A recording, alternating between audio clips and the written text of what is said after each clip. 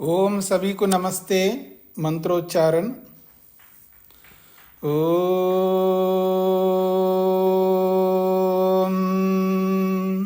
सहनाववतु सहनौ भुनक्तु सह वीर्यं करवावहै तेजस्विनावधीतमस्तु मा विद्विषावहै। ओम शांति शांति शांति। योग दर्शन की 124वीं कक्षा है। साधन पाद के 15वें सूत्र को लेकर के विचार कर रहे हैं। 4 प्रकार के दुख: परिणाम, ताप, संस्कार और गुणवृत्ति विरोध दुख। 3 दुखों के विषय में हमने समझने का प्रयत्न किया है। आगे बढ़ते हैं। एवं इदम अनादि दुख स्रोतो, यहां से प्रारंभ होगा। एवं इदम अनादि दुख स्रोतो विप्रसृतम योगिनमेव प्रतिकूलात्मकत्वाद उद्वेजयति। एवं इदम अनादि दुख स्रोतः, ये जो दुख है, परिणाम दुख, ताप दुख, संस्कार दुख, गुणवृत्ति विरोध दुख, ये चारों दुख जो है अनादि प्रवाह से, अनादि काल से हमारे जीवन के साथ जुड़े हुए हैं। तो अनादि काल से ये चारों दुख चले आ रहे हैं हमारे साथ में, और विप्रसृतम, विस्तृत फैले हुए हैं। ये विप्रसृतम का मतलब है विप्रसृतम, बहुत फैले हुए हमारे जीवन में। जिस किसी भी एंगल से देखो, उसी एंगल में आपको ये दुख दिखाई देंगे। बहुत फैले हुए हमारे जीवन में, इतने भयंकर दुख है ये, आदमी को बहुत क्लेशित करते हैं। इसलिए योगिनम एव प्रतिकूलात्मकत्वात्, ये योगी के लिए ही प्रतिकूलात्मक है, योगी के लिए ही ये बहुत दुख देते हैं। इसलिए योगी को ही उद्वेजयति, ये उद्विग्न करते हैं, परेशान करते हैं योगी को। हमें क्या, हमें कोई फर्क ही नहीं पड़ता है। हमको क्या फर्क पड़ता है? दुख भोगता हुआ भी आदमी क्या समझता है पता है? ऐसा थोड़ा होता है, मीठा मीठा गड़ब कड़वा कड़वा, तू दुख होंगे तभी तो जीवन है हमारा, दुख होने चाहिए, ये आदमी का सोच है। सुख दुख तो आते रहते हैं जी, केवल सुख थोड़ा रहेगा, दुख भी आएगा, दुख भी भोगना पड़ता है, दुख भी भोगना चाहिए। तो जो ऐसा सोच रखने वाला है उसको क्या दुख देंगे? ये दुख तो योगी को परेशान करते हैं। अच्छा, योगी का ज्ञान कैसा होता है? योगी का ज्ञान परिशुद्ध होता है, शुद्ध होता है, उसमें अविद्या का एक रेखा भी नहीं होती है। इसलिए वो योगी कभी किसी भी प्रकार का दुख नहीं चाहता है। इसलिए चारों दुख योगी को क्लेशित करते हैं, परेशान करते हैं, और वो योगी ही इन दुखों से बचना चाहता है। हम नहीं चाहते इन दुखों से बचना, इसलिए तो हम संसार के विषयों में आकंठ डूबे रहते हैं, इनको छोड़ना ही नहीं चाहते, इनको पकड़े रखना चाहते हैं। तो इसलिए कहा जा रहा है यहां पर एवं इदम अनादि दुख स्रोतः, ये अनादि काल से दुखों का ये जो सिलसिला हमारे जीवन के साथ जुड़ी हुई है, विप्रसृतम, ये बहुत फैली हुई है ये सिलसिला। दुख के बाद एक, एक के बाद दूसरा, दूसरे के बाद तीसरा, तीसरे के बाद चौथा, फिर ये पूरे हो जाएंगे तो फिर पहला स्टार्ट हो जाता है। यानी परिणाम दुख पूरा हुआ तो ताप दुख सताता है, ताप दुख सता रहा है, वो पूरा हो गया तो संस्कार दुख सताता है, वो पूरा हो गया तो गुणवृत्ति विरोध दुख सताता है। एक के बाद एक के बाद कंटिन्यूसली ये निरंतर आते रहते हैं, इसलिए बहुत विस्तृत फैले हुए। इसलिए ये दुख योगिनम एव प्रतिकूलात्मकत्वात्, योगी के ही प्रतिकूल होने से, योगी को ही उद्वेजयति, ये दुख देते हैं। ये दुख कस्मात, योगी को क्यों दुख देते हैं? बहुत अच्छा उदाहरण दे रहे हैं। अक्षिपात्र कल्पो ही विद्वान, यहां विद्वान शब्द योगी के लिया है। योगी कैसा होता है? आंख के समान होता है, नेत्र के समान होता है योगी। ये क्या मतलब हुआ जी? क्या उपमा दिया जा रहा है? आंख के समान योगी होता है, बहुत महत्वपूर्ण होता है आंख, बहुत सेंसिटिव होता है आंख, इसलिए आंख की उपमा दिए। दुख को समझना हो तो आंख को समझना है, नेत्र को समझना है। तो कहते हैं ये योगी कैसा होता है? अक्षिपात्र कल्पो ही विद्वान। देखिए, अक्षि कहते हैं आंख को, पात्र कहते हैं गोलक को, कल्प कहते हैं समान, यानी नेत्र के गोले के समान है, या नेत्र गोलक के समान है। कौन? विद्वान, योगी।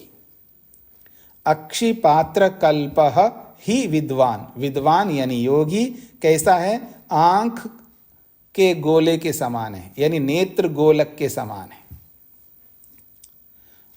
अब नेत्र का गोलक क्या करता है जी? देखिएगा क्या कहा जा रहा है। यथा ऊर्ना तंतु अक्षिपात्रे न्यस्तः स्पर्शेन दुःखयति। डॉक्टर जी को अच्छी तरह समझ में आ जाएगा। देखिएगा, ये जो हमारा गोलक है, नेत्र गोलक, इसमें ऊर्ना तंतु कहते हैं ऊन का एक तंतु।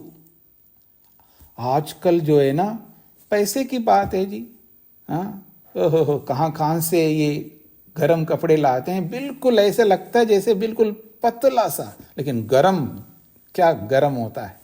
और जो बहुत पतला जो गरम वस्त्र है, स्वेटर पहनते हैं ना, बहुत सारे लोगों को लगता है ये पहना क्या है, कुछ पहना नहीं लगता है, लेकिन बहुत गर्म होता है।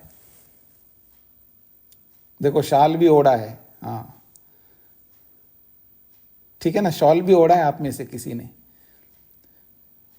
पर वो इतना मोटा है। हम तो बहुत पतला बता रहा हूं। एक मेरे पास शॉल था, पता नहीं कहां से मिला था मेरे को, वो 10 साल मैंने उनको चलाया, जर्जर हो गया, कहीं कहीं छेद भी हो रहा है तो भी उसी को चलाया मैंने सालों तक। अब वो आखिर कभी तो समाप्त हो जाएगा ना। लगता है मैंने 20 साल चलाया होगा। कभी गया था जम्मू में और वेद पाठ किया था, वहां मेरे को भेंट मिला था, ठीक है ना, वो चलाया 20 साल उसको, बहुत पतला था, दोबारा नहीं मिला मेरे को। मिला कैसे मिलेगा?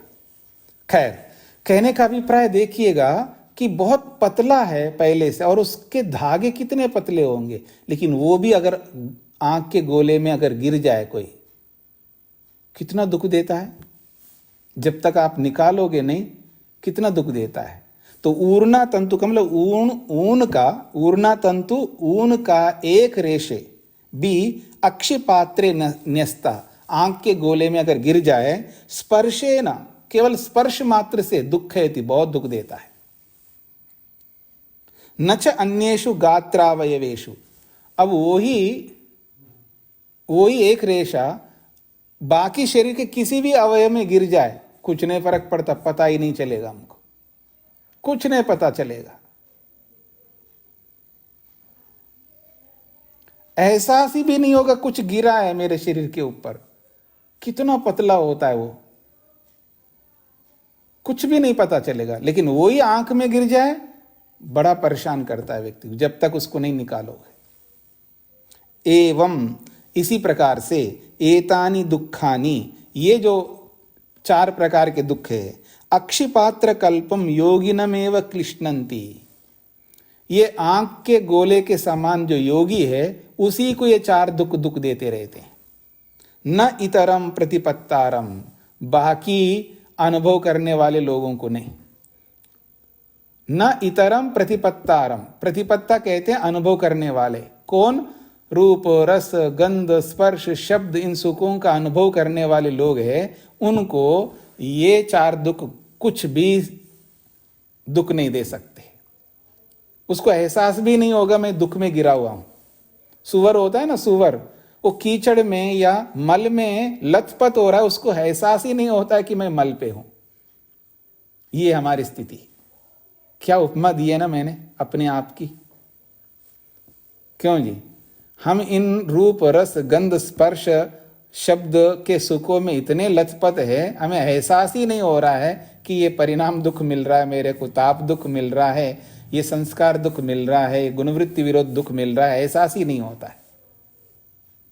लेकिन योगी को एहसास होता है। योगी आंख के समान होता है और हम शरीर के बाकी अंगों के समान होते हैं। बता दूं कैसे होते हैं? एड़ी होती है ना, दोनों पांव की एड़ियां बहुत कठोर होते हैं, उसके समान होते हम लोग। कुछ भी नहीं पता लगता है, कितने दुख आ गिरे हम पर है, कोई बात नहीं, तो लाइफ का एक पार्ट है ये। कुछ नहीं समझते हम, दुख को दुख नहीं समझते, दुख को भी सुख समझ लेते हैं।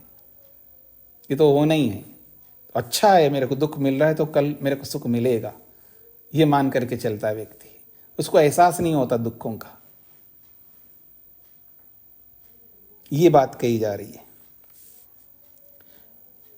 इतरम तो बाकी लोग, हम सब लोग कैसे होते हैं उसको समझा रहे हैं। स्वकर्म उपहृतम, स्वकर्म उपहृतम दुखम उपात्तम उपात्तम त्यजंतम त्यक्तम त्यक्तम उपाददानम।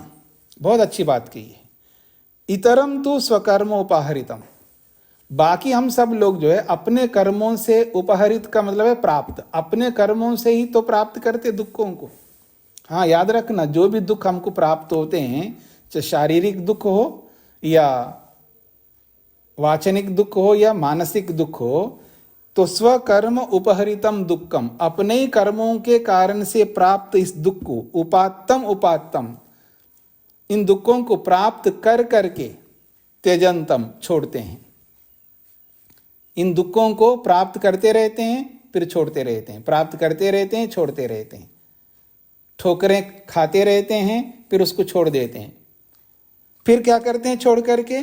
त्यक्तम त्यक्तम उपाददानम, छोड़ छोड़ करके फिर प्राप्त करते हैं। ये बड़ी अजीब बात है हमारी। परेशान होकर के छोड़ देते हैं, फिर छोड़ छोड़ करके फिर अपना लेते हैं, फिर अपना अपना करके फिर छोड़ते हैं, फिर छोड़ छोड़ करके फिर अपनाते हैं। बस ये सिलसिला चलती रहती है। अजीब किस्म के लोग हैं हम लोग, कमाल है।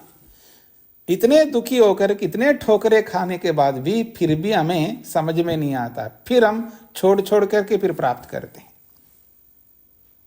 किसी को हम छोड़ देते हैं, महीने भर छोड़ते हैं, साल भर छोड़ते हैं, 2 साल छोड़ते हैं, 10 साल छोड़ते हैं, 20 साल छोड़ते हैं, फिर पकड़ लेते हैं। ये तो 10-20 साल बता रहा हूं, कुछ दिन ही छोड़ करके फिर पकड़ते हैं। दिन तो बहुत दूर की बात, कुछ घंटे ही छोड़ करके फिर पकड़ लेते हैं हम लोग। कुछ मिनटों को, कुछ मिनटें छोड़ करके फिर पकड़ लेते हैं। मिनटों में, सेकंड्स में भी ऐसे करते हैं। अजीब प्रकार के हम लोग, क्या प्रवृत्ति हमारी। मतलब क्षणों में ही हम वापस, क्षणों में छोड़ते हैं, क्षणों में अपनाते हैं, क्षणों में अपनाते, क्षणों में छोड़ देते हैं, मिनटों में अपनाते, मिनटों में छोड़ देते हैं, घंटों में अपनाते, घंटों में छोड़ देते हैं, दिनों में अपनाते, दिनों में छोड़ देते हैं, सप्ताहों में अपनाते फिर छोड़ देते, महीने महीने अपनाते छोड़ देते, साल साल अपनाते छोड़ देते हैं। रुकते नहीं हम लोग। ये कह रहे हैं स्वकर्म उपहरितम दुखम, अपने कर्मों से प्राप्त इस दुख को, उपात्तम उपात्तम, प्राप्त कर करके, उपात्तम उपात्तम का अर्थ है प्राप्त कर करके, त्यजंतम, फिर छोड़ते हैं। फिर कह रहे हैं त्यक्तम त्यक्तम, छोड़ छोड़ करके, उपाददानम, फिर प्राप्त करते हैं। और इस तरह क्या करते हैं? अनादि वासना विचित्रतया, ये अनादिकालीन वासनाओं से युक्त है हमारा मन, अनादिकाल की वासनाओं से युक्त है। इसलिए चित्त वृत्तियां, ये जो चित्त की वृत्तियां हैं, ये अनादिकाल से बिल्कुल गुथा हुआ है हमारा मन। समन्ततः अनुविद्धम इवा, मानो एक प्रकार से चारों ओर से हमारे मन में अंकित है। यहां पर वो जो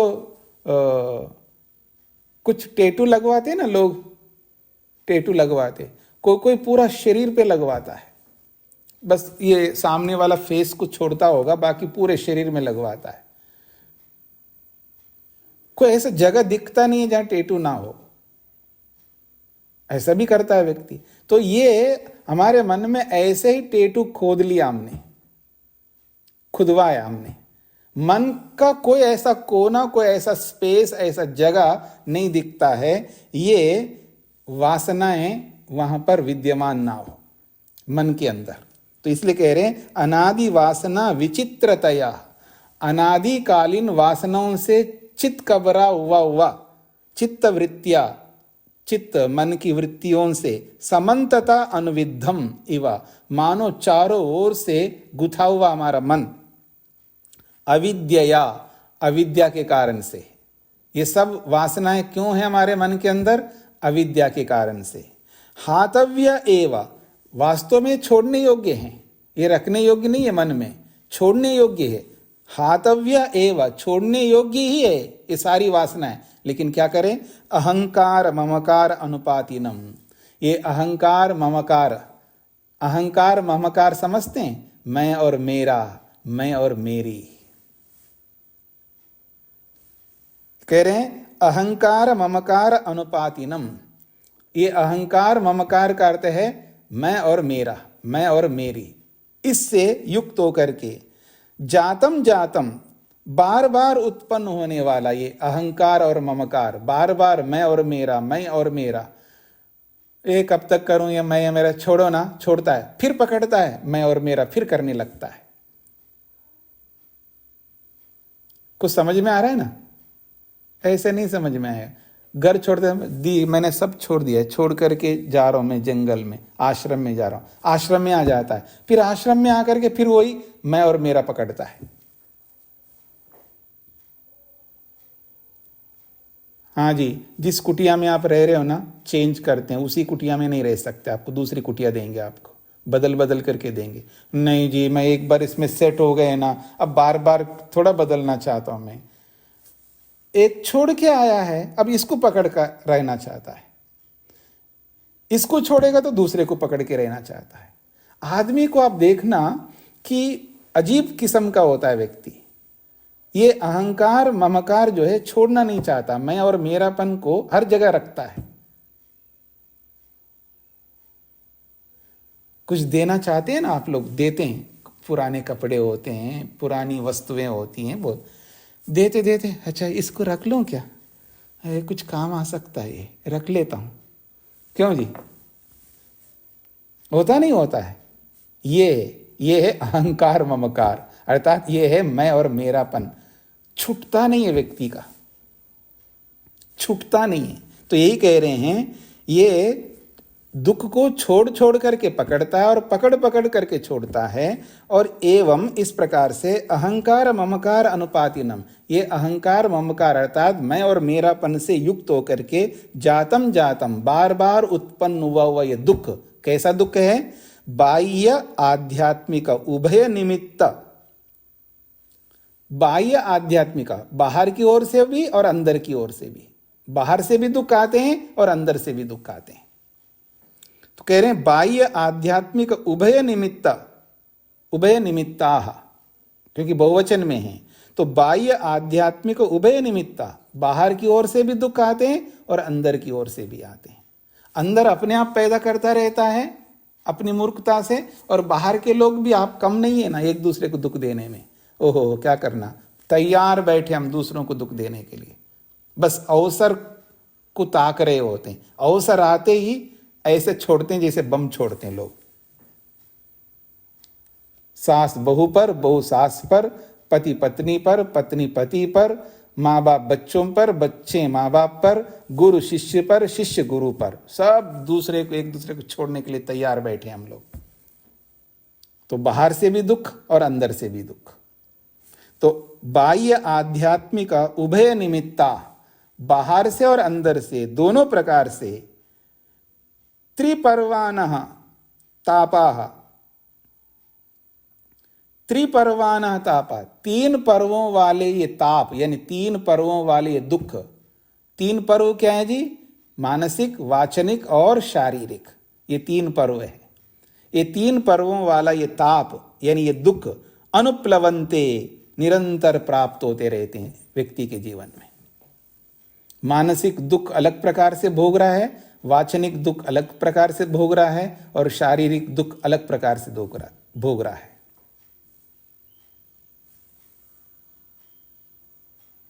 तदेवं अनादिना दुख स्रोतसा व्यूयमानम आत्मानं भूतग्रामं च दृष्ट्वा, तदेवं इस प्रकार से, अनादिना दुख स्रोतसा, ये अनादिकालीन दुखों का जो स्रोत है, ये व्यूयम गिरा हुआ, आत्मानम आत्मा को, अपने आप को, यानी स्वयं योगी ये समझ रहा है अनादिकाल से ये दुखों का स्रोत जो है अपने अंदर देख रहा है। वो व्यक्ति योगी अपने साथ जोड़ करके देख रहा है। पिंडा एक होता है ना, बस छुटकारा पा नहीं पाया, प्राप्त नहीं कर पाया, वो छुटकारा पाया नहीं। योगी जो है, योगाभ्यासी अपने आप को देख रहा है कि मेरे साथ में ये परिणाम दुख भी, ताप दुख भी, संस्कार दुख भी, गुणवृत्ति विरोध दुख भी, ये सब व्यूयम, इनसे गिरा हुआ हूं। कौन? आत्मानम, अपने आप को, अपनी आत्मा को इन चारों दुखों से घिरा हुआ देखता हुआ। और भूतग्रामम चा, भूतग्राम कहते हैं आप सबको। एक तो स्वयं योगी अपने आप को घिरा हुआ देख रहा है और बाकी दुनिया भर के लोगों को देख रहा है इन्हीं दुखों से ग्रस्त। जैसे मैं ग्रस्त हूं इन दुखों से, ऐसे ही बाकी लोगों को देखता है। कह रहे हैं आत्मानम, अपने आप को, भूतग्रामम च, और समस्त बाकी लोगों को, दृष्टवा देख करके, योगी योगाभ्यासी क्या करता है? सर्व दुख क्षय कारणम, इन समस्त दुखों का नष्ट करने का जो कारण है क्या है? सम्यक दर्शनम, यथार्थ ज्ञान, तत्व ज्ञान, विवेक वैराग्य को, विवेक वैराग्य के शरणम प्रपद्यते, उसके शरण में पहुंच जाता है। किसके शरण में जा रहा है? रूप रस गंध स्पर्श आदि के शरण में नहीं जा रहा है, भोगों के शरण में नहीं जा रहा है। वो कह रहा सम्यक दर्शनम शरणम प्रपद्यते, सम्यक दर्शन यानी तत्वज्ञान के शरण में, वैराग्य के शरण में प्रपद्यते, पहुंच जाता है। कौन? योगी। और हम सब लोग किस में पहुंचते हैं? भोगों के शरण में पहुंचते हैं। ये अंतर है दोनों में। वो तत्वज्ञान वैराग्य के शरण में पहुंचता है और हम भोगों के शरण में पहुंचते हैं। हम दाएं बाएं करके किसी न किसी रीति से ये न के न प्रकारे न वापस भोगों के ही शरण में पहुंचते हैं। पंच की बात सिर माथे, लेकिन परनाला तो वहीं गिरेगा, वो वाली स्थिति हमारी।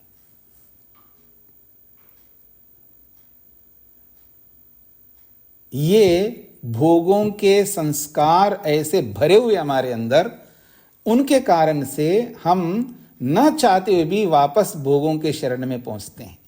लेकिन ये योगी योगाभ्यासी जो है वो तत्वज्ञान वैराग्य के शरण में इसलिए जा रहा है क्योंकि ये चार दुखों से परेशान है। वो परिणाम, ताप, संस्कार, गुणवृत्ति विरोध दुखों से वो परेशान है, इसलिए उनके शरण में जा रहा है। ये स्थिति हमारे जीवन में उत्पन्न होनी चाहिए। हमें दिखना चाहिए ये दुख, परिणाम दुख दिखना चाहिए और उससे आहत होना चाहिए, उससे भयभीत होना चाहिए अपने आप को। हम लोगों से डरते हैं, लोगों से नहीं डरना है, हमें इन दुखों से डरना है। पति क्या कर लेगा मेरा, पत्नी क्या कर लेगी मेरी, माँ बाप क्या कर लेंगे मेरे, बच्चे मेरा क्या कर लेंगे, सास क्या कर लेंगी, बहू क्या कर लेंगे। कुछ नहीं कर सकते ये। अगर कर सकते हैं तो ये चार दुख है, इनसे डरो, इनसे डरना है, इन दुखों से डरना है। दुख से डरो, आदमी से मत डरो। तो इसलिए योगी तत्वज्ञान के शरण में जा रहा है, तो हम भी उनका अनुकरण करें, हम भी उनके अनुकरण करके हम भी उस तत्वज्ञान के शरण में हम जाएं। एकदम नहीं जा सकता कोई भी, एकदम कोई नहीं जा सकता, लेकिन थोड़ा थोड़ा टारगेट तो बना करके चलना है ना, हमको टारगेट बना करके चलना है, ये हमको करना है। स्पष्ट हो गया जी सब लोगों को कैसे दुख, ये चारों दुख कैसे योगी को सताते हैं और हमें क्यों नहीं सता रहे, ये भी आपको समझ में आया होगा। भोगों को त्याग करने का जो संकल्प करता है उसी को ये चार दुख दिखाई देते हैं, बाकी किसी को दिखाई नहीं देते ये दुख। मेरे को भोगों को त्याग करना है, अब मैं भोगी नहीं बनना चाहता हूं, भोगों को त्यागना है। या मैं ये कहूं, कहा ना इसी सूत्र में, एक पृष्ठ पलट करके देखिएगा, विषय सुखम च अविद्या इति उक्तम, पहले ही अनुच्छेद में अंतिम वाक्य है, विषय सुखम च अविद्या इति उक्तम। इस पर ध्यान दीजिएगा, पहला ही अनुच्छेद का अंतिम वाक्य है, विषय सुखम च अविद्या। विषय सुख को सुख मानना, यानी रूप रस गंध स्पर्श शब्द से सुख मिलता है ऐसा मानना, यह अविद्या है। क्या इनसे सुख नहीं मिलता है? इनसे सुख मिलता है, लेकिन उस सुख में ये चार दुख है। जिस सुख में चार दुख हो उसको सुख कैसे मान सकता हूं मैं? फिर भी मैं उसको सुख मान करके उसको भोगने के लिए आतुर हो रहा हूं, तो समझ लेना विषय सुखम च अविद्या, विषय सुख को सुख मानना अविद्या है। अब इस वाक्य का दुरुपयोग करने वाले क्या करते हैं, विषयों में सुख नहीं है, विषयों में सुख मानना अविद्या कहा है शास्त्र ने, अर्थात विषयों से सुख नहीं मिलता। अब ये सिद्धांत बना करके चलता है कोई, वो भी रेयर में होता है कोई अतिवादी। ये नहीं कहना चाह रहे कि विषयों में सुख नहीं है, ये कहना चाहते हैं विषयों में सुख है, लेकिन उस सुख में चार प्रकार के दुख है, और उन चार प्रकार के दुखों को ना देख करके उसको केवल सुख मानता है व्यक्ति। इससे मैं तृप्त हो जाऊंगा, बस एक बार भोग लूंगा तृप्त हो जाऊंगा, चाहे वो रूप का हो, रस का हो, गंध का हो, स्पर्श का हो, बस एक बार भोग लूं मैं, एक बार भोग करके तृप्त हो जाऊंगा। यानी उसको सुख मान करके भोगने में आतुर हो रहा है, तो यही अविद्या। इसका ही अभिप्राय है, इसका यह अभिप्राय नहीं कि विषयों में सुख है ऐसा मानना अविद्या, ये नहीं कहना चाह रहे। सुख तो है पर उस सुख में दुख है, और इतने दुख हैं, चार चार दुखों को देख करके भी हम उसको दुख रूप नहीं मान रहे, ये बहुत बड़ी विडंबना है। यही बात यहां पर समझना है। तो आइए पीछे आगे आइए। तो ये जो सम्यक दर्शन के शरण में जाना है, ये हम सबका परम कर्तव्य होना चाहिए, अर्थात हमारी प्रवृत्ति इस सम्यक ज्ञान के शरण में जाने के लिए मेहनत दिखना चाहिए, हमारा पुरुषार्थ दिखाई देना चाहिए कि हम इनके शरण में जा रहे हैं, हम इस सम्यक दर्शन से दूर जा रहे हैं, ऐसा दिखता है हमारा व्यवहार। कई लोग जो है बहुत पढ़ते रहते, पुस्तक के कीड़े के समान पढ़ते रहते हैं, लेकिन व्यवहार में बिल्कुल नहीं लाते। व्यवहार तो वैसा का वैसा होता है। कैसे पता लगता है? पैसे को देख करके अवसर मिलते ही झूठ बोलेंगे, पैसा बहुत दिखता है, जमीन को देख करके झूठ बोलेंगे, मकान को देख करके झूठ बोलेंगे। कहीं ना कहीं जो है ना भाइयों के बीच में और जो भी अपने निकट के लोग होते हैं ना, वहां पर कुछ ना कुछ जो है घालमेल करते हुए दिखाई देते हैं व्यवहार में, क्योंकि वहां मैं और मेरापन आड़े आता है, मैं और मेरापन। तो इस मैं और मेरापन के कारण से वो अपने अपने निकट के लोगों के साथ भी वैर मोल लेते हैं, वैर द्वेष ले आते हैं, दूरी अपनाते हैं, एक दूसरे से दूर हो जाते हैं। मेरे को ये समझ में नहीं आता है कि चेतन होकर के चेतन से दूर होना उचित है या जड़ से दूर होना उचित है। हम चेतनों से दूर हो रहे हैं और जड़ों के निकट जा रहे हैं। जड़ वस्तु के लिए चेतन को त्याग कर रहे हैं, भाई को, भाभी को, देवर को, देवरानी को, जेठ को, जेठानी को दूर कर रहे हैं हम लोग। किसके लिए? जड़ वस्तु के लिए। ये कौन सा शास्त्र पढ़ रहे हैं हम लोग? हमारे शास्त्र पढ़ने का ये अर्थ नहीं है कि हम चेतनों से दूर हो जाए। फिर संगच्छध्वम संवदध्वम संवो मनांसि जानताम क्यों पढ़ते हैं? फिर ये किस लिए पढ़ते हैं हम लोग? तुच्छ जमीन के लिए, तुच्छ पैसे के लिए, तुच्छ कुछ संपत्तियों के लिए हम दूर हो रहे हैं अपने लोगों से। कैसे हो सकते हैं? ये सब व्यवहार बताता है कि हम जो है, ये जो भी पढ़ रहे हैं वो सब केवल दिखावे के लिए पढ़ रहे हैं। जैसे कोई व्यक्ति मेडिटेशन करता है ना, ध्यान करता है, दिखाता है लोगों को, मैं भी मेडिटेशन करता हूँ, मैं योगा करता हूँ जी, मैं प्राणायाम करता हूँ जी, मैं हवन करता हूँ जी, मैं ये करता हूँ जी, मैं दान भी देता हूँ जी। ये सब दिखावा जैसा लगता है, क्योंकि व्यवहार में नहीं है। दिखाना चाहिए जी, इसमें मैं अग्री हूं, मतलब स्वीकार करता हूं। दिखाना किसको? जिसको दिखाने से कुछ लाभ हो ना, उसको दिखाओ ना। भगवान को दिखाओ ना, भगवान को दिखाओ। उसको दिखाने से भगवान आप वैसे तो सर्वज्ञ हो, पता नहीं, फिर भी कहीं इधर उधर दाएं बाएं ना हो जाए मेरे कृत्य, मेरे करतूत, तो आप तो देख लो भगवान, तो भगवान को दिखाओ ना कुछ करके। आदमी को दिखाने से वो कुछ नहीं करेगा, हमारा नुकसान जरूर करेगा, हानि जरूर देगा। क्योंकि हम आदमियों को दिखाएंगे तो उसको ईर्ष्या हो सकती है हमसे, याद रखना। हाँ, ये याद रखना, अगर किसी आदमी को दिखाएंगे तो उसको ईर्ष्या हो सकती है, उसको उससे द्वेष हो सकता है, उससे पता नहीं क्या क्या कर सकता है वो आदमी को। वो पति भी क्यों ना हो, पत्नी भी क्यों ना हो। पति से पत्नी बढ़ जाए तो उसको ईर्ष्या हो सकता है, पति को ईर्ष्या हो सकती है, पत्नी को भी हो सकती है, आदमी को हो सकता है, कुछ भी हो सकता है। लेकिन भगवान को कुछ नहीं हो सकता, उसको बहुत अच्छा लग सकता है।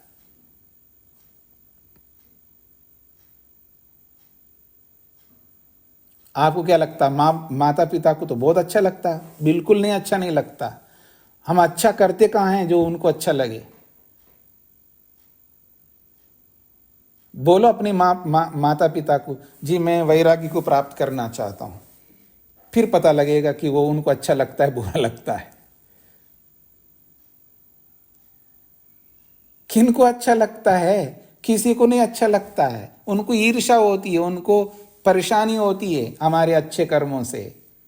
समझने का प्रयत्न करना। कोई अच्छा कर्म करते ही नहीं हम लोग। ऐसे अच्छा कर्म करो जो ईश्वर के निकट जाने वाले हो, ईश्वर से दूर जाने वाले नहीं। फिर देखना उनको कैसे अच्छा लगता है। किसी को अच्छा नहीं लगता, भाएगा नहीं। सबसे ज्यादा माँ बाप को नहीं भाता है, याद रखना। पति को नहीं भाता है, पत्नी को नहीं भाता है।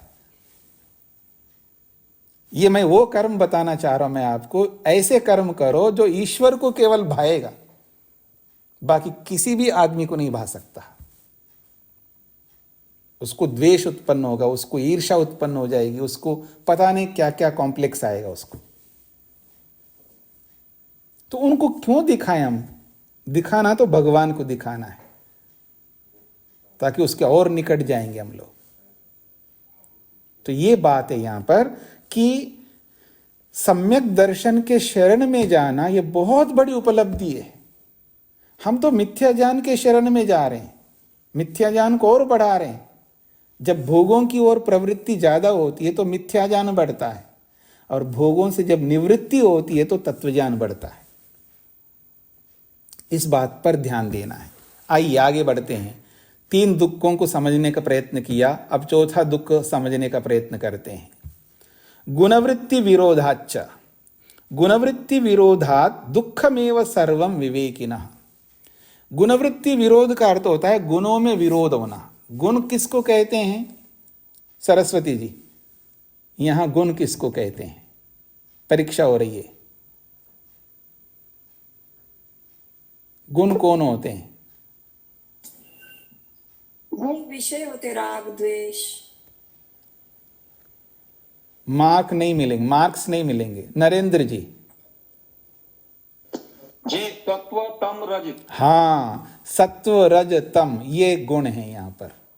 जब योग में, योग दर्शन में गुण शब्द आएगा ना, तो समझ लेना सत्वगुण, रजोगुण, तमोगुण। तो ये गुण वृत्ति विरोध आता है। गुणों की जो वृत्ति है, गुणों का जो व्यापार है, उसमें विरोध आता है। सत्व का व्यापार अलग होता है, रज का व्यापार अलग होता है, तम का व्यापार अलग होता है। आप ऐसा भी समझ सकते हैं, जब हमारे जीवन में यानी हमारे मन के अंदर, हमारी इंद्रियों के अंदर, हमारे शरीर के अंदर जब सत्वगुण बढ़ जाता है तो हमारी प्रवृत्ति अलग ही दिखाई देगी। जब रजोगुण बढ़ता है तो हमारी प्रवृत्ति अलग प्रकार की दिखाई देगी, और तमोगुण बढ़ेगा तो बिल्कुल अलग प्रवृत्ति होगी। सत्वगुण जब बढ़ता है मन के अंदर, इंद्रियों के अंदर, शरीर के अंदर, तो हम शांत दिखाई देने लगते हैं। धैर्य, ठहराव दिखाई देगा। ठहराव, धैर्य, शांति, तृप्ति, संतोष, प्रसन्नता, ये सब दिखाई देने लगते हैं, अपने आप दिखाई देने लगते हैं, क्योंकि शरीर में, इंद्रियों में, मन में, बुद्धि में, सब में सत्वगुण बढ़ रहा होता है। जब सत्वगुण बढ़ता है तो अनायास, बिना प्रयास के प्रसन्नता। आप देखो, थोड़ा हंसा करो, शांत रहा करो, प्रसन्न रहा करो, संतुष्ट रहा करो, बताने की जरूरत नहीं होती है, अपने आप वो आ जाते हो। सत्वगुण के बढ़ते ही ये सब अपने आप आने लगते। और जब रजोगुण बढ़ जाए फिर देखो मत क्या हो जाएगा, क्या कर देंगे हम। निकट के निकट व्यक्ति को भी धुतकारेंगे हम लोग, घृणा करेंगे उनसे। रजोगुण जब बढ़ता है ना, मां भी आने लगे ना पास में, है तो दूर दूर जा, मैं काम कर रहा हूं, समझ में नहीं आ रहा, दिखाई नहीं दे रहा, मां को भी धुतकारता है व्यक्ति, क्योंकि रजोगुण बढ़ा हुआ होता है। तो जब रजोगुण बढ़ा हुआ होता है तो वो निकट के निकट व्यक्ति को भी दूर भगाना चाहता है व्यक्ति। प्रवृत्ति बदल जाती है रजोगुण के बढ़ते ही, एकदम प्रवृत्ति बदल जाती है। और जब सत्वगुण बढ़ता है, रजोगुण और तमोगुण जो है ना, बहुत दूर भागते हैं, पास आ ही नहीं सकते जब सत्वगुण बढ़ता है। वो क्योंकि विरोधी है। सत्वगुण जब सामने आता है तो रजोगुण तमोगुण जो है ना, सामने नहीं आ सकते, वो डरते हैं, वो विरोधी है इसके। और रजोगुण जब बढ़ जाए तो सत्वगुण सामने नहीं आएगा, तमोगुण सामने नहीं आएगा, और जब तमोगुण बढ़ जाए तो बाकी नहीं आएंगे सामने। यही कहना चाह रहे, गुण वृत्ति विरोधात। गुणों की जो वृत्तियां हैं, यानी गुणों के बढ़ने के कारण से जो हमारी प्रवृत्तियां हैं, उन प्रवृत्तियों में विरोध होने से परेशान होता है व्यक्ति। उदाहरण देता हूं, समझ में आएगा।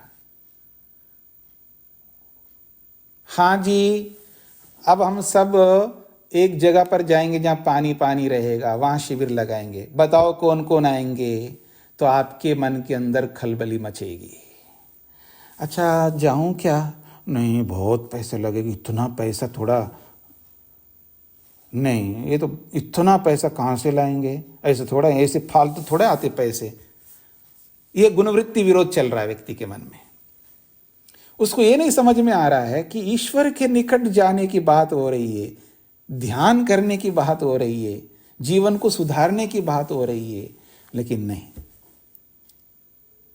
वृत्ति बदल जाती। नहीं, और वृत्ति देखो जी, मैं तो वैसे बहुत बूढ़ा हो गया हूं, वृत्ति बदल जाती, व्यक्ति बूढ़ा हो गए। वो उसी बूढ़े को कहो पोते की शादी हो रही, तैयार हो जाएगा सामने एकदम, मैं जवान हूं बोलेगा। वृत्ति बदल जाती है एकदम। आप समझ सकते हैं, ये जो हमारी वृत्तियां है ना, अजीब की वृत्तियां हैं। जाऊं या ना जाऊं, जाऊं ना जाऊं, जाने की बात आती है तो उसको रोकने की भी बात आती है, रोकने की बात आती है तो जाने की बात भी आती है, न्यूट्रल रहने की बात आती है तो फिर दूसरा परेशान करने लगता। ये न्यूट्रल समझते हैं, दिमाग में आ ही नहीं रहा है कि जाऊं या ना जाऊं, ये नहीं आ रहा है। समझ में आ रहा है क्या होता है? तमोगुण बढ़ा हुआ रहता है।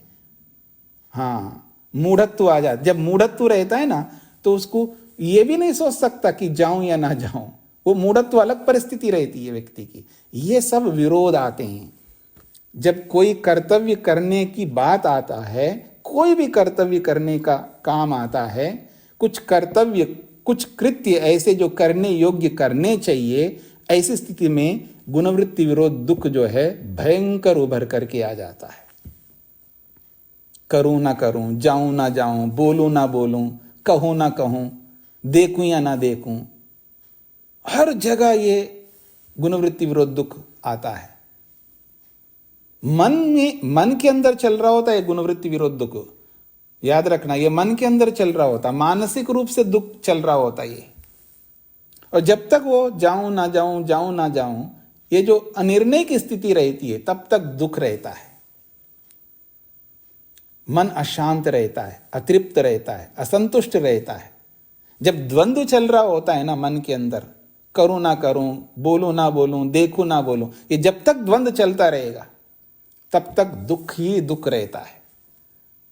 इसी को तो टेंशन कहते हो, इसी को तो टेंशन कहते हो। जिसके जीवन में जितना टेंशन है उसके जीवन में उतना ही गुणवृत्ति विरोध दुख ज्यादा है। वो टेंशन चाहे किसी को भी लेकर के होता हो।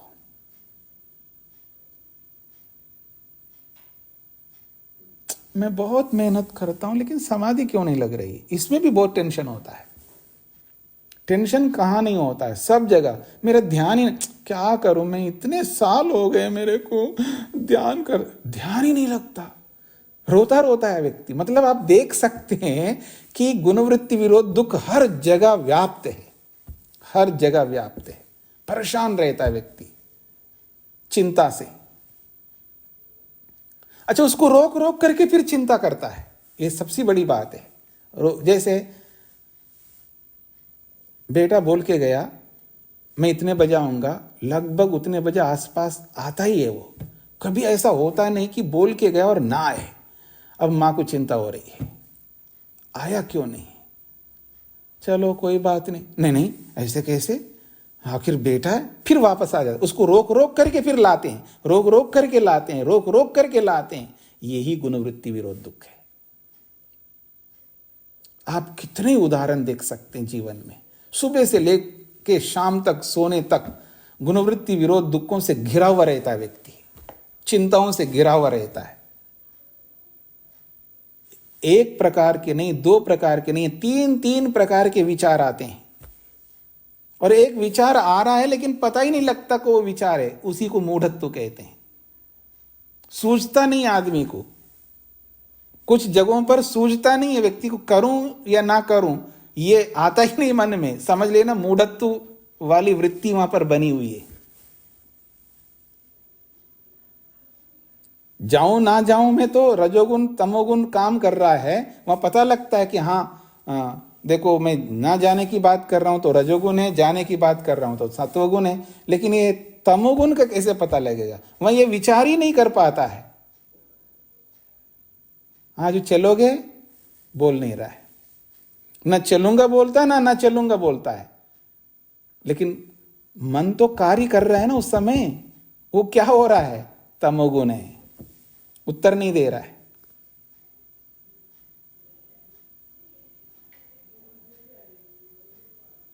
अगर मन के अंदर उत्तर है, लेकिन मन में तो उत्तर आ गया लेकिन वाणी में नहीं बोल रहा है, वो तमोगुण नहीं है। मन में भी उत्तर नहीं आ रहा है, उसको स्तब्ध है, सूझ नहीं रहा है, मन काम नहीं कर रहा है ऐसा जैसा लगता है, तो समझ लेना तमोगुण वृत्ति है वहां पर, जिसको हम लोग हतप्रभ कहते हैं। कुछ सूझ नहीं रहा, करूं क्या।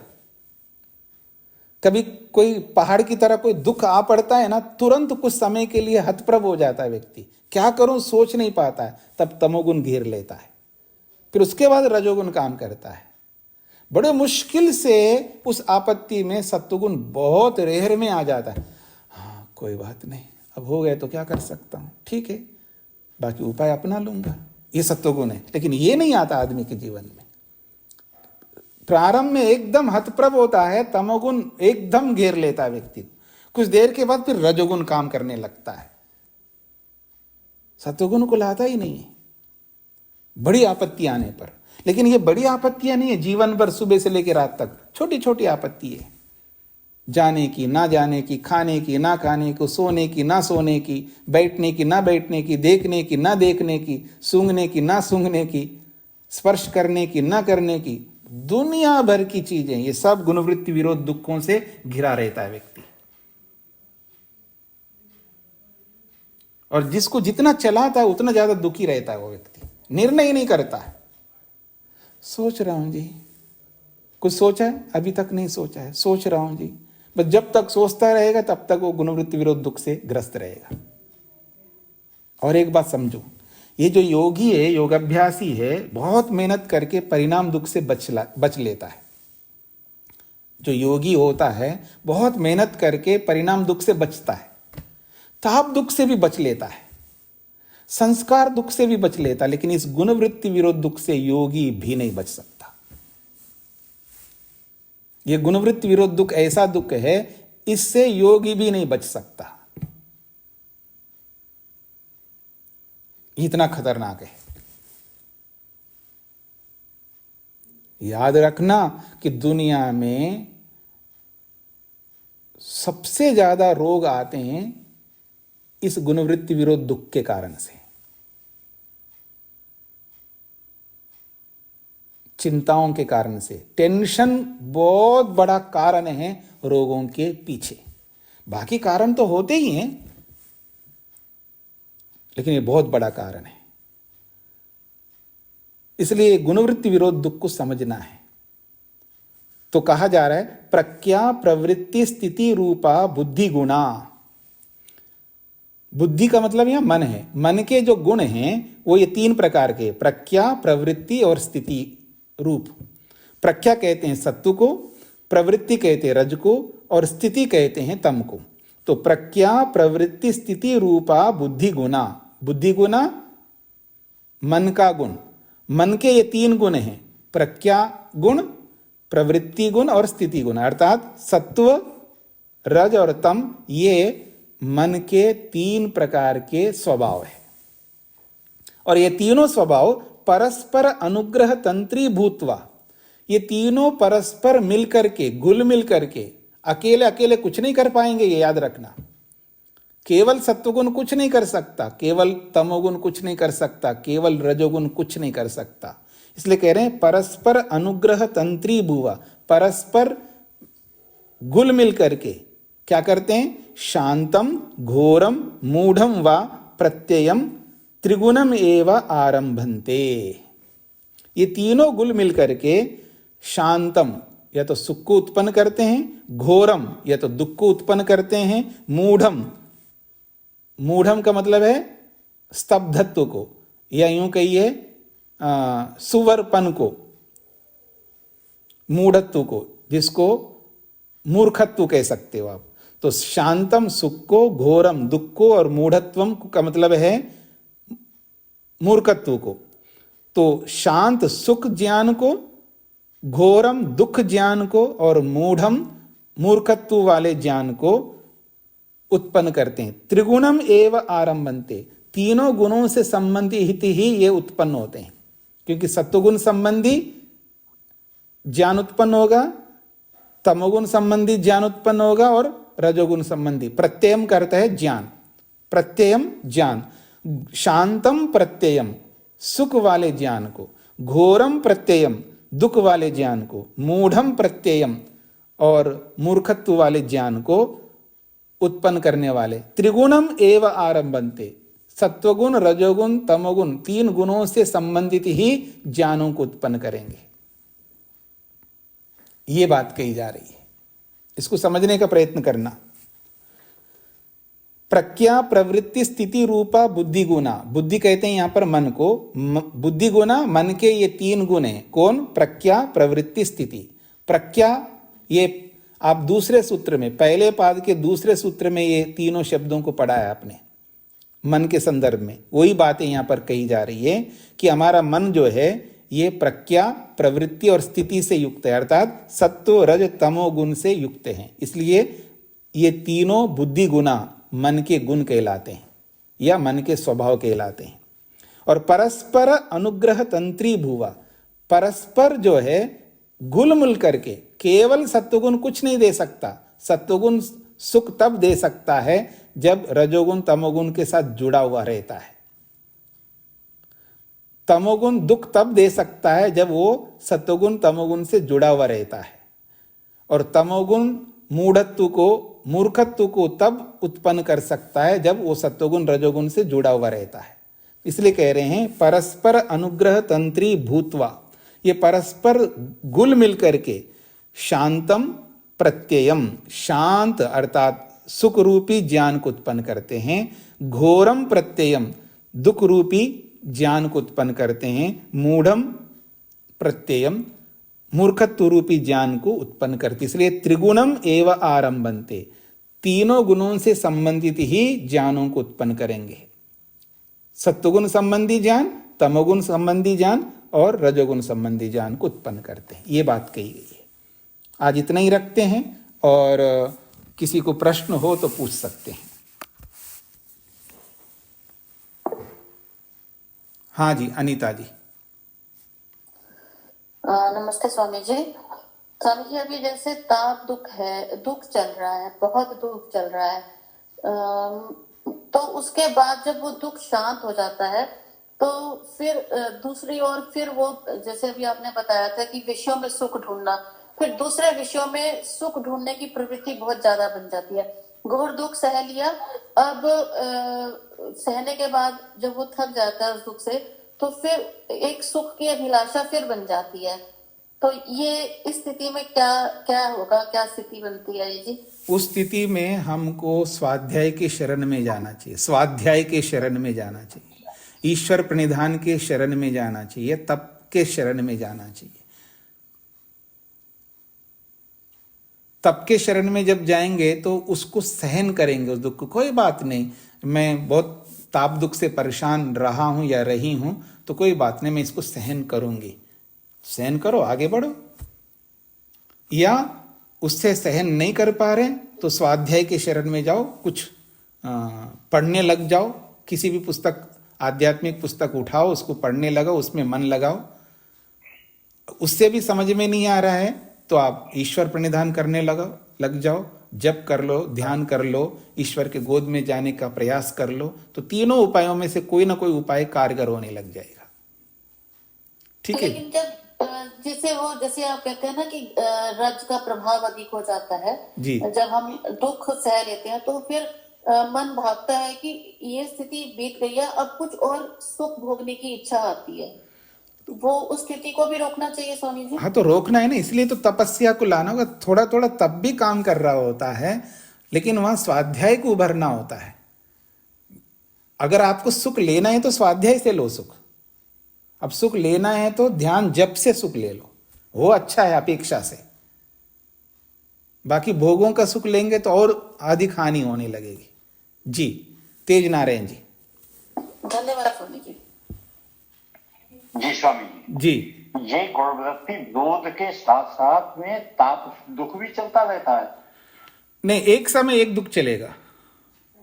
जी, जब हम करूं ना करूं इस स्थिति में जब चल रहे हैं तो गुणवृत्ति विरोध दुख ही चल रहा होता है।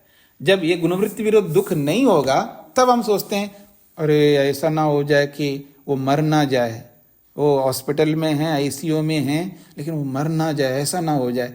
ये ऐसा सोच ला रहे हैं क्योंकि गुणवृत्ति विरोध दुख तो रुक गया। अब कोई हॉस्पिटलाइज्ड हो गया है और आईसीयू में है ऐसा पता लगा है, या और कोई सीरियस है ऐसा पता लगा, तो फिर वहां ताप दुख शुरू हो जाएगा। ये गुणवृत्ति विरोध दुख रुक जाएगा, फिर ताप दुख। ऐसा ना हो जाए कि वो वेंटिलेटर पे चले गए, ऐसा ना हो कि कल वो ना रहे, फिर वो ताप दुख सताने लगा। और ताप दुख रुक गया तो फिर खाली तो नहीं रह सकते हैं, तो फिर हम अपने संस्कारों को देखने लगते, फिर संस्कार दुख देने लगता है। और संस्कार दुख रुक गया तो फिर किसी ना किसी को भोगने में लगेंगे, तो भोगते रहेंगे तो वहां परिणाम दुख सताने लगेगा। तो किसी ना किसी में घिरे रहते, किसी ना किसी दुख में। इनसे बचना है तो सम्यक दर्शन के शरण में जाएंगे तो ही बच पाएंगे। जी स्वामी, अभी ये चल रही बात थी कि ये गुणवृत्ति विरोध टेंशन को देता है, तनाव देता है। तनाव ही तो ताप दुख है। नहीं नहीं नहीं, तनाव ताप दुख नहीं है। करूं ना करूं निर्णय नहीं कर पा रहे हैं ना हम लोग। ये जो चिंता हो रही होती है ना, देखिए एक पक्ष में रह करके चिंता करते हैं तो ताप दुख है। अच्छा वो क्यों नहीं आया, अरे क्यों नहीं आया बेटा, बोल के गया क्यों नहीं आया, क्यों नहीं आया, ये है ताप दुख। लेकिन वो उतना ही नहीं रख रहा है, नहीं आया, क्यों नहीं आया, दुखी हो गया, चलो कोई बात नहीं, नहीं आया तो क्या होगा, और कुछ काम में लग गया होगा। फिर ये दूसरी बात जब ले आते हैं तब वो गुणवृत्ति विरोध दुख है। एक ही में रहेंगे, लगे रहेंगे, तब वो ताप दुख कहलाएगा। लेकिन कभी वो ला रहे, कभी ये ला रहे, कभी वो ला रहे, कभी ये ला रहे हैं, तब वो गुणवृत्ति विरोध दुख होगा। जी धन्यवाद। हाँ जी, श्वेता जी।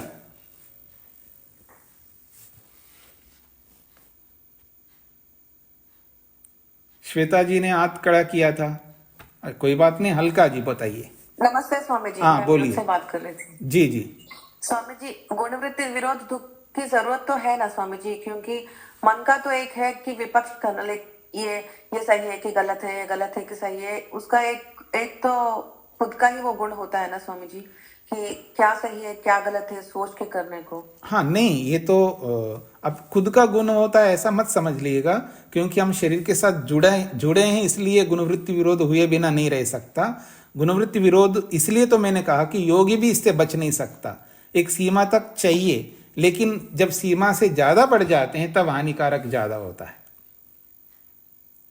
अब हर नई बात को, हर नए विषय को करने के लिए गुणवृत्ति विरोध दुख तो काम करेगा ही करेगा वहां पर, लेकिन केवल गुणवृत्ति विरोध दुख में ही पड़े रहना और एक अच्छा करूं ना करूं, दो चार बार सोच लिया और निर्णय ले लिया और आगे बढ़ना। जब निर्णय लेकर के आगे बढ़ेंगे तो गुणवृत्ति विरोध दुख रुक जाता है, लेकिन हम निर्णय ही नहीं करते हैं और बस करूं ना करूं, करूं ना करूं, करूं ना करूं, इसी में लगे रहते हैं, तब हानिकारक है। जी ठीक है, धन्यवाद। अलका जी। स्वामी जी, कल एक बात आई थी, ब्राह्मणों को ही दक्षिणा नहीं दी जाती, प्रत्येक व्यक्ति को दक्षिणा प्राप्त करना होता है। जी जी। तो प्रत्येक को दक्षिणा प्राप्त करना होता है, ये नहीं समझ में। हाँ, जब हम व्रत लेते हैं ना, व्रत अहिंसा का, सत्य का, अस्तेय का, ब्रह्मचर्य का, परिग्रह का, ये जो व्रत लेते हैं, व्रत लेने से हम अधिकारी बन जाते हैं। तो जब अधिकारी बन जाते हैं तो उस अधिकार से कुछ उपलब्धि, कुछ बेनिफिट, कुछ आउटपुट हमको निकलता है, कुछ प्रॉफिट मिल रहा होता है, वो दक्षिणा कहा यहाँ पर। दूसरे से कोई दक्षिणा मैं आपको दे रहा हूं दक्षिणा, ऐसा नहीं, इस विषय में दक्षिणा नहीं है। वो जब हम अधिकारी बन करके जब उस कर्म को करने लगते हैं तो हमको कुछ ना कुछ लाभ मिल रहा होता है, वो लाभ को ही दक्षिणा बोला है वहां पर। इस अर्थ में मैंने कहा सबको दक्षिणा मिलती है, इस अर्थ में बताया। जी ममता जी। जी स्वामी जी नमस्ते। जी स्वामी, एक 4 प्रकार दुख सभी साधारण आदमी व विषयार्थी व सुखार्थी को होता है, लेकिन गुणवृत्ति विरोध भी योगी को होता है, कैसे स्वामी जी? क्योंकि देखिएगा, योगी भी तो विचार करता है ना कि आपका मतलब कोई भी सामने आकर के बोले जी आप मेरा ये काम कर दीजिएगा, तो वहां उनको सोचना पड़ेगा ना, कहने वाला उचित व्यक्ति कह रहा है, अनुचित व्यक्ति कह रहा है, उसके लिए सोचना तो पड़ेगा ना व्यक्ति को।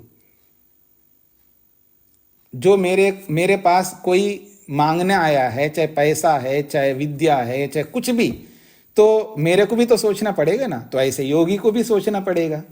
जब वो सोचता है करूं ना करूं, इनके लिए काम करना चाहिए नहीं करना चाहिए, अगर करना चाहिए तो क्यों करना चाहिए, नहीं करना चाहे तो क्यों नहीं करना चाहिए, जब तक ये विचार चलता रहेगा तब तक गुणवृत्ति विरोध वहां हो रहा है। उतने अंश में उतना दुख तो योगी को भी भोगना पड़ता है। बस अंतर इतना है उनमें हमारे में, वो जल्दी निर्णय ले लेते हैं, हम लोग देर से लेते हैं। जी ममता जी।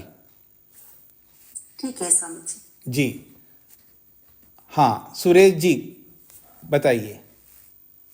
स्वामी जी नमस्ते। जी स्वामी जी, जब सत्वगुण जो है प्रबल होगा तो रजोगुण और तमोगुण तो उनका प्रभाव नहीं होना चाहिए? नहीं, कोई भी समाप्त नहीं होता है, वो सपोर्ट के लिए रहते हैं। ऐसा होता है ना, सत्वगुण की प्रधानता नहीं। हाँ जी, चाहे सत्वगुण की प्रधानता हो, चाहे रजोगुण की प्रधानता हो, चाहे तमोगुण की प्रधानता हो, जिसकी प्रधानता होती है बाकी गौण रूप से वहां रहते हैं, उनके रहे बिना सत्वगुण कुछ नहीं कर सकता। धन्यवाद। जी जी जी। ठीक। क्योंकि शरीर बना ही तीनों से बना है, तो तीनों ही रहेंगे शरीर में। सत्वगुण भी रहेगा, तमोगुण भी रहेगा, रजोगुण भी रहेगा, पर उसमें मुख्यता रहती है। जिसकी मुख्यता होती है वो काम कर रहा होता है, बाकी उसके साथ सपोर्टिंग रोल में रहते हैं, सपोर्ट करते हुए रहते हैं, गौण होकर के रहते हैं। अगर वो हट जाएंगे तो अकेला कुछ कर नहीं सकता है ना। इसलिए सर्वथा रजोगुण को हटा नहीं सकते, सर्वथा तमोगुण को हटा नहीं सकते। सर्वथा हटाएंगे तो सोएंगे कैसे, नींद आएगी कैसा। रजोगुण को सर्वथा हटाएंगे तो खड़े कैसे हो जाओगे, दौड़ कैसे लगाओगे, जॉगिंग कैसे करोगे, शीघ्रता से कभी काम करना पड़े तो कैसे करोगे बिना रजोगुण के। तो इसलिए रजोगुण की भी आवश्यकता है, तमोगुण की भी आवश्यकता है, सत्वगुण की भी आवश्यकता है, लेकिन गौण मुख्यता होती है। और उसको जहां जिसको मुख्य बनाना है, योगी उसको मुख्य बना करके उससे काम करता है। जब सोने का वक्त आता है, हम लोग का मतलब लोगों को नींद नहीं आती, कितने परेशान होते रहते हैं, नींद नहीं आ रही, नींद नहीं आ रही, इसी चिंता से ग्रस्त होते रहते हैं। योगी ऐसा कभी नहीं करता, वो रजोगुण को उबारेगा और सो जाएगा ऐसा। धन्यवाद धन्यवाद। तो इसको यहीं पर विराम देता हूं। ओम शांति शांति शांति ही।